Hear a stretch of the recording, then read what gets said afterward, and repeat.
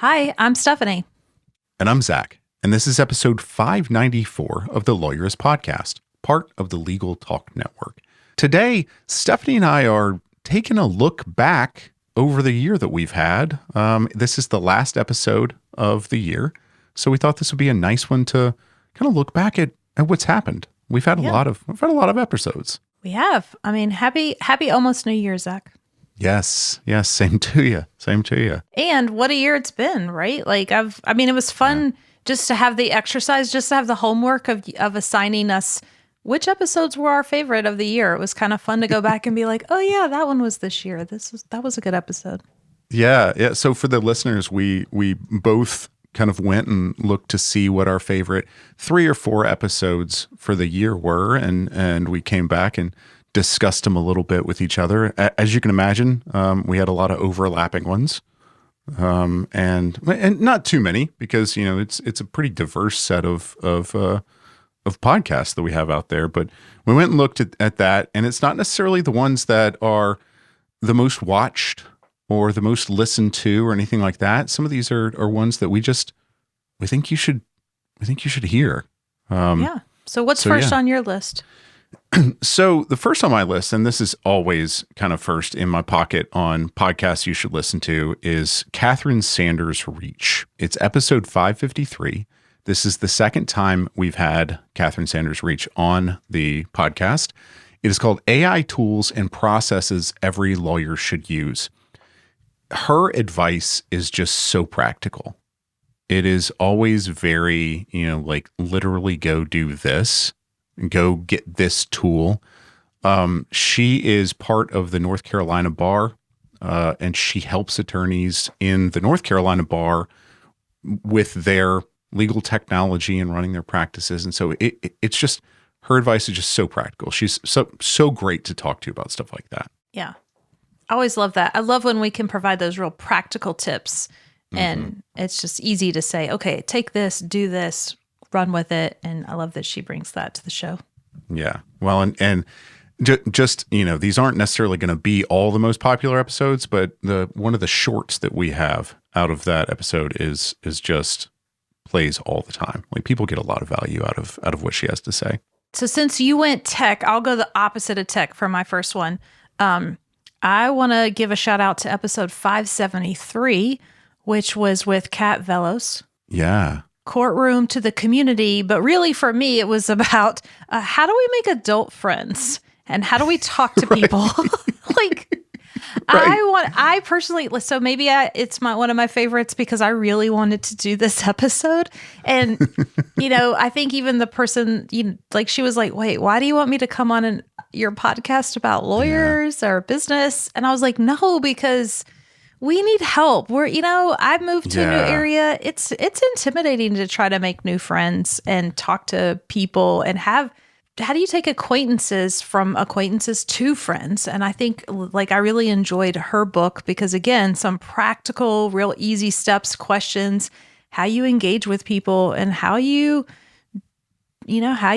try to drum up new relationships. I love that one because you go through undergrad, you go through law school, and you have these places that you're dumped into a room with like-minded people or relatively like-minded people. And so these are just like great places to meet new friends. A lot of people, their best friends come from, that. And how do you find that when you're out working? Because the people that you run into as an attorney, a lot of times are adversarial. You can be friendly with them, but they're adversarial. So yeah, I love this one. All right. What's next on your list? I went with some that kind of blew my mind. What are the ones where I went, oh, I didn't even know that was a thing? And we have one on mental health first aid with Sumya and Jill. It is number 585, First Aid for the Mind, Mental Health in the Law. We, as a company, brought them in to teach mental health first aid to our leadership and our supervisors and things like that. And the idea of preparing for what do you do when somebody else that you're working with may be having some sort of episode. And quite frankly, it strikes me very closely because I I go to counseling. I work actively on my mental health. And it's nice to think that, other people have like, what would I do first if this happened? Yeah. And it blew my mind. It glass shattering sort of moment. No, I think this is a topic that and I feel like everyone should do the training. I was really fortunate to be a recipient of their training. They're both great trainers. They did such a good job and such a good job on the podcast as well. And I don't actually think I've ever said this out loud yet, but I had a situation in my personal life recently where I was worried about somebody and their mental health, and I knew what questions to ask them. And I was able to use that training in a very specific way that we built up to in that course. And I kind of almost even like shocked myself that I was like, okay, like it was still very hard, but I knew what questions I need to ask this person to make sure they were okay and they weren't going to, hurt themselves. And I would not have been that equipped to do that and take those actions and ask those questions if I hadn't been through that training. Who would be? Yeah. Fair, yeah. Yeah, we growing up, we learn things about what I'm going to call regular first aid. What do you do if somebody twists their ankle, if somebody breaks their leg, if somebody gets a laceration? I remember in high school learning the difference between a cut and a laceration, and we know where to take them. I know where the closest hospital is to my house or to the places that I, coach at. I have first aid kits. Never thought about it for mental health. I guess next on my list is an episode actually with one of our labsters, someone who's in our lab community. And Craig Dobson came on. He came on episode 554. And really, in his practice, he advises lawyers on ethical issues. And he came on and talked to us about a couple of things. But the thing that really stood out to me is if you have flat fees, and the scope changes, the process in this case changes because he does a lot of immigration law. So we actually talked about in this current administration, when the process is changing so quickly and so drastically, what if you set your fees based on one set of parameters and then that shifts? And are you allowed to go back and ask the client for a different fee? How do you approach that? And so many of us, all year we've been talking about, not just even this year, but really AI has really forced this is the billable hour dead or on life support conversation. And right. I think as we move towards flat fees, a lot of attorneys are up for it, but then they're just still worried. What about the unknowns? When can I go back? How do I structure the flat fee up front to protect myself? And we dug into a lot of those issues from an ethical point of view, which I thought is really helpful for attorneys to kind of think about. Yeah, that really is. And we've got a couple of things on, the ethics of artificial intelligence, but that one, that's again, very practical, like that's something that you run into that not every profession would run into. I actually, before Craig became a labster, I had taken multiple CLEs that he had put on. So he knows his ethics. He knows his professional responsibility stuff, and is very, very thoughtful about it. Yes, that's a really word, good thoughtful. one. Yeah. That's a really good one. I like that. One that I really appreciated that we did, and this is an interview that you did. We had been looking for, we obviously, as people who do podcasting, our voice, our delivery, all that is, this is a tool, but lawyers, your delivery, your voice, your ability to tell a story, your ability to capture people's attention is really important. And so we had number 539, we had Rena Cook on, and you interviewed her on voice training for lawyers. I loved that one. I found a book out of her background. I ordered a book from looking at the background of her talking. Oh, you mean like her actual background and her, like what was behind her? Yes, her actual I thought you bookshelf. meant like you read her background and you thought that's a good book. Okay. I was so like captured by the content of this that I was willing to essentially just like look at at her bookshelf and be like, ooh, that looks like a good book. But she did that one. I mean, obviously you can listen to or watch it, but that one's great because of how she's able to command her voice, command her tone, and does it in real time. It's a fascinating one. Yeah, I mean, she kind of coaches me in real time on using my voice, and I do feel like I remember that's a good one to watch. Like if you head to our YouTube channel, you're right? Yeah, because she shows us even like where you're placing your tongue can matter. And I thought, things that you don't. Okay. Here's a part of your body that most of us use every day, but not intentionally necessarily. Yeah. I mean, maybe some people do, and not deliberately. Yeah. Yeah. So kind of a personal story. I have for this podcast at times, looked for acting coaches or, who to help coach me on how to deliver, in the podcast. And that's hard to find, but she's the right one. And that one's a really cool one. I like that one a lot, as you can tell. Yeah, that's a good one. I need to go. I'll go re-listen. I'll rewatch, learn. You started with technology, so I'll go back to the technology one because I feel like I have to mention episode 565. This was the one I did with Jeff Woods. He wrote the book, The AI-Driven Leader. And really, when I read that book last year, really solidified for me a whole different approach to how I'm using LLMs like ChatGPT and Claude as my thought partner. I really feel like it's what took my use of those tools like in a whole new direction. Yeah. Which is brainstorming and having a conversation, asking these tools, what am I not thinking about? And I know we are very particular. We have some very cool, nerdy people on our team. And it's like, hey guys, these tools are not thinking and we should be more precise with our language and make sure we're really understanding what the tool's able to deliver. Sure. And yet it feels like this tool can kind of think and help me think and push me in new ways. And that's pretty cool too. Yeah.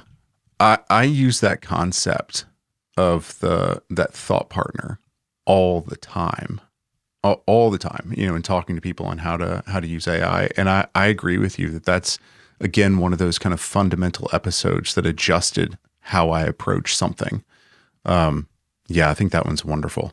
And that's Jeff Woods. The AI-Driven Leader, I believe, is the name of the book. Most of us at the company have that book now. Yeah. And I mean, a lot of you have come up to me in the last year and said, hey, thank you for that episode.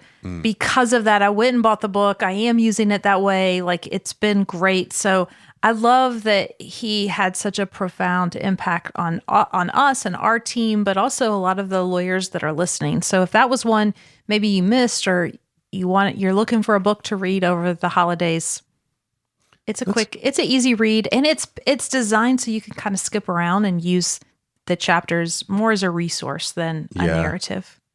Well, thinking about it being the holidays right now, it might be a good one to send to one of your friends. Send to a buddy that you think could use that. So for me, speaking of kind of some of the people in our group that would tell us that the AI is not thinking, that it's just math. It's really smart math. I don't know. It's just smart math, 577, I got to interview Sam Harden. And Sam Harden is one of our new innovation strategists. He has been in the legal tech sphere, well-respected mind and thinker. Every day I see something where somebody's like, Sam said this, check out Sam's Substack. And I have to agree with them. I got to interview him for an episode called Rethinking Law Firm Growth in the Age of AI. It's episode 577.